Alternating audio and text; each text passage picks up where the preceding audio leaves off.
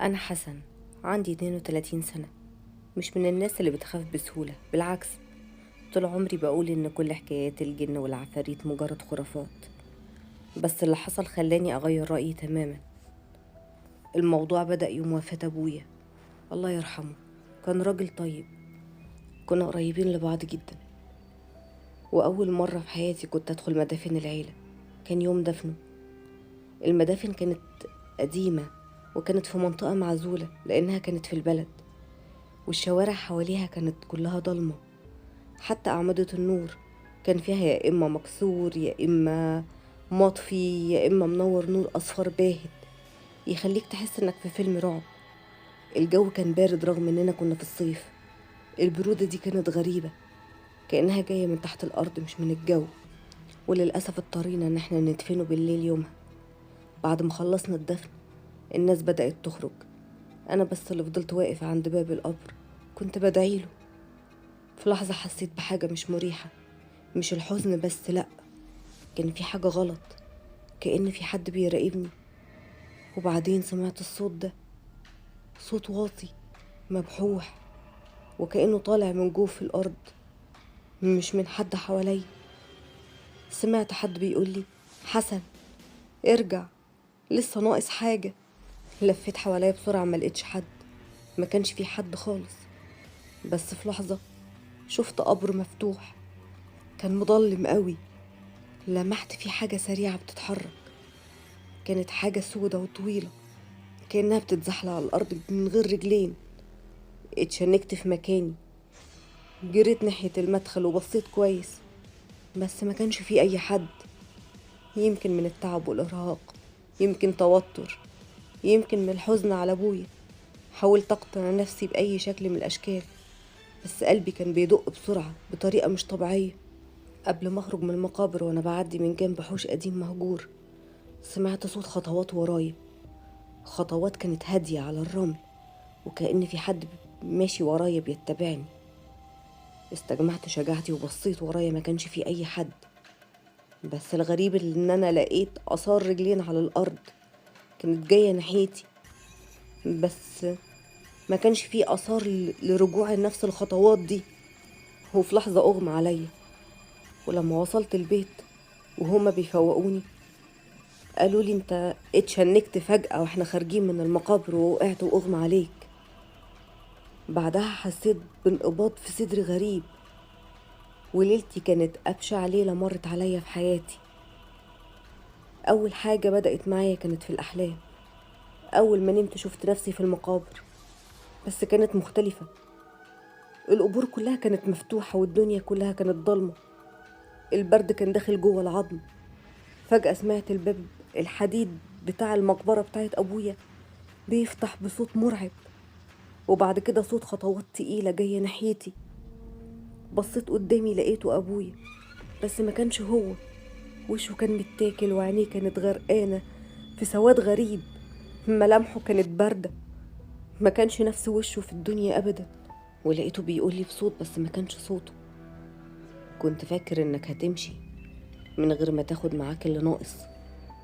صحيت من النوم مفزوع، قلبي كان هيخرج من صدري من كتر الرعب. بس اللي رعبني أكتر إن الصوت اللي سمعته ما كانش في الحلم بس، كان لسه مستمر.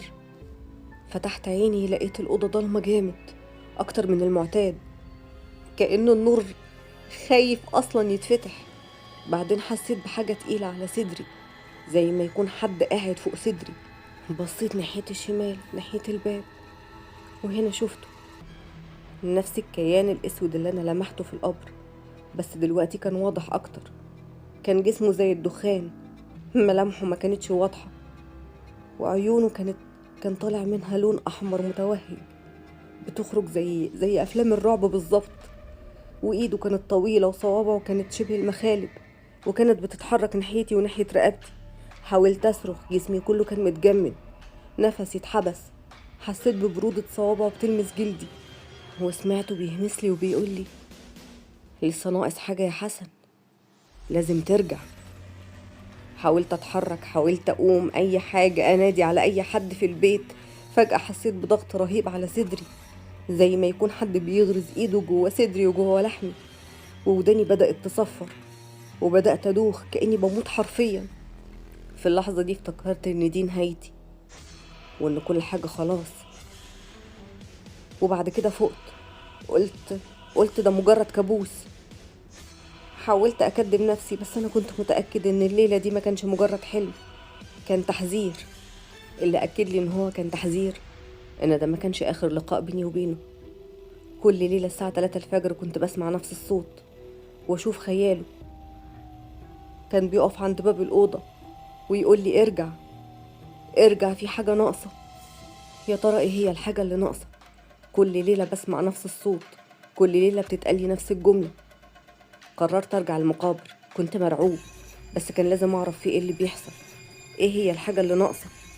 بس المرة دي رحت الظهر، الدنيا كانت هادية والشمس كانت فوقي، وكان في عمال هناك بيتحركوا عادي. بس أنا أول ما وصلت قدام المدفن بتاع أبويا حسيت ببرد غريب تاني، نفس البرد اللي حسيته المرة اللي فاتت، مع إن الجو كان حر. المكان كله كان زي ما يكون قبو متجمد. وقفت قدام باب المدفن، قلبي كان بيدق بسرعة. بصيت جوه، التراب كان عادي، مفيش حاجة غريبة. بس أنا وأنا بلف عشان أمشي لمحت حاجة، زاوية صغيرة جوه المدفن فيها حجر مكسور كأنه متحرك من مكانه، وورا الحجر ده كان فيه كفن صغير. قلت لنفسي ايه ده؟ قلبي كان هيقف. لمسته، كان ناشف قديم، وبمجرد ما رفعته لقيت ريحة مقرفة طلعت منه، ريحة الموت. فتحته بإيدي وهي بتترعش، لقيت جواه عظم طفل صغير. مين ده؟ وإيه اللي جابه هنا؟ وإيه اللي دفنه في مدافن أبويا؟ ومين اللي قتله؟ قبل ما استوعب اللي حصل سمعت صوت زي صوت بكا طفل صغير، بس المرة دي كان جاي من ورايا، ما كانش جاي من جوه المدفن. بصيت ورايا ما لقيتش حاجة. بصيت جوه المدفن تاني، كان في ضلمة غريبة زي ما يكون في حد واقف، بس المرة دي كان طفل، جسمه صغير بس وشه كان ميت، كان لونه رمادي وعيونه بيضة تماما، ما كانش فيها أي سواد، وكان بيبصلي بغضب. وفجأة الأرض اتهزت من تحت رجلي زي ما يكون في حاجة سحبتني لجوه. حسيت بإيد باردة بتشد رجلي لجوه. كنت بقاوم وكنت بصرخ، بس ما كانش فيه صوت طالع مني. الطفل قرب مني وهمس، ولقيته بيقولي بصوت مليان غضب رجعني رجعني أو خد مكاني، هرجعني. بأقصى طاقة عندي جريت معرفتش أنا جريت إزاي. جريت وأنا خارج سمعت صوت أبويا، نفس الصوت اللي سمعته في الحلم، ولقيته المرة دي بيقولي كان لازم تلاقيه، كان لازم تعرف. بعدها فضلت فترة كل يوم الساعة 3 الفجر أسمع صوت الطفل ده وهو بيقولي رجعني أو خد مكاني، رجعني أو خد مكاني. يا ترى إيه تفسير اللي بيحصل معايا؟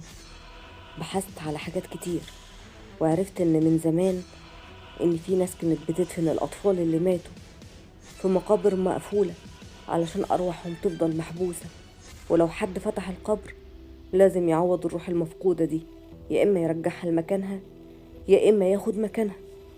طيب أنا مالي؟ أنا إيه علاقتي بالطفل؟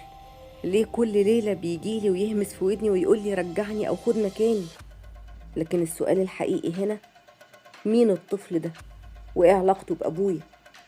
ما كانش قدامي حل غير إني أدور في تاريخ العيلة كلها. سألت خالي وسألت أمي وسألت كل الناس، كل العيلة كان عندهم نفس الرد. أبوك عمره ما كان عنده أسرار، أبوك عمره طول عمره كان راجل طيب، كان بيخاف ربنا، عمره ما عمل حاجة وحشة في حد ولا عمل حاجة غلط. وفعلا أبويا كان راجل طيب، بس أنا كنت حاسس إن في حاجة مخيفة، كان في سر. ما هو أكيد مش هيحصل لي كده من غير سبب. لحد ما في يوم وأنا بدور في أوراق أبويا القديمة لقيت في ورقة صفرة مكتوب فيها بخط إيده: أنا آسف، سامحني يا يوسف، ما كنتش أقصد، والله كان غصب عني. يوسف؟ مين يوسف؟ قررت إني أروح تاني المقابر وأدور في المكان اللي لقيت فيه الكفن. حاولت أحفر أكتر، لكن الأرض تحت الكفن كانت غريبة، كانت طرية كأنها اتحفرت قريب، ومجرد ما لمستها حسيت برجلي بتغرز جواها. وفجأة كل حاجة حواليا اسودت والدنيا اتقلبت ليل. وبعدين سمعت صوت خطوات جاية من ورايا، خطوات صغيرة، خطوات طفل. اتجمدت في مكاني وما قدرتش ألف، لكن الصوت كان بيقرب وأنا حاسس بنفس البرد على رقبتي. وبعدها سمعت الهمسة اللي وقفت الدم في عروقي. سمعت حد بيقولي أبوك قتلني يا حسن، قتلني ودفني هنا عشان يفضل هو عايش. معقول ده السر اللي أبويا خباه طول عمره؟ لما بحثت أكتر لقيت حاجة مستحيل أصدقها. لقيت من 35 سنة أبويا كان شغال في محل دهب، وفي يوم حصلت عملية سرقة، لكن الناس ما يعرفوش إن أبويا كان موجود وقتها، وكان معاه طفل صغير بيشتغل في المحل اسمه يوسف. الشرطة لما هجمت اللصوص في اليوم ده أبويا خاف، وكان قدامه اختيار من اتنين، يا إما يموت هو يا إما يوسف يموت. وفي اللحظة دي اختار نفسه واختار إنه يعيش. وبعد ما يوسف اتقتل خاف يقول للشرطة إنه يوسف اتقتل، وراح في اللحظة دي ودفنه في مقابر العيلة. خاف من الفضيحة أو خاف يتقال عليه إن هو اللي قتله. وكان دايما عايش إحساس بذنب رهيب إن هو السبب في قتل يوسف. ولما مات رجعت روح يوسف تاني تدور عليه، بس لقيتني أنا، يا إما ترجعني أو تاخد مكاني. ومن يومها كل يوم الساعة 3 الفجر يوسف بيجي عشان ياخدني معاه، لأنه عارف إني من دم أبويا. وعرفت السر وبقيت خلاص جزء من اللعنة، وأنا مش عارف هفضل عايش لحد إمتى. يا ترى هعرف أفك لعنة يوسف ولا يوسف هو اللي هياخدني معاه في يوم من الأيام؟